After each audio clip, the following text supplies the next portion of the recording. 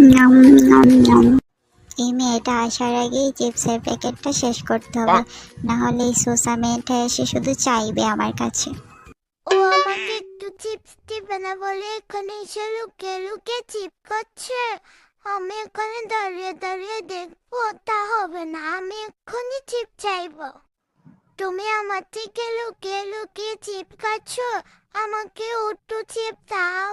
আমি চিপ খাবো, একটু দাও আমাকে। বেশি না, 4টা 5টা চিপ দাও। যাও তো ভাই যাও, তোমার জন্য আমি এখানে চিপস নিয়ে বসি নাই। এখানে কান্নাকাটি করে কোনো লাভ নেই।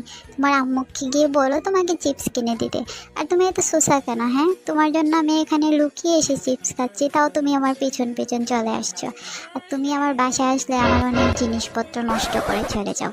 আর তোমার আম্মুকে বললে সেও তোমার কোনো শাসন করে না, করবে কেমনি? সে তো অন্যকে নিয়ে ব্যস্ত থাকে। তুমি কি করো সেটা দেখার সময় আছে? একটু দাও আমাকে। না, আমি উঠতেও তোমাকে দিব না, যাও এখান থেকে।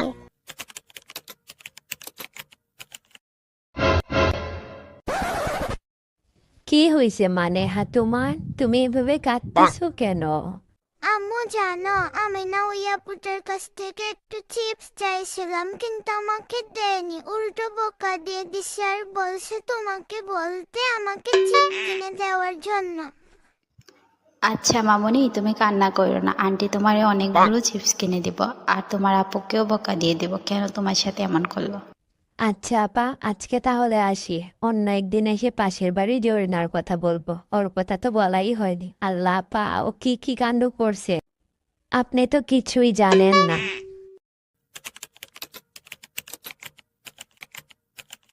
তুই এই পিচ্ছিটার সাথে এমন করলি কেন? তোরে কি এই শিক্ষা দিছিলাম আমি?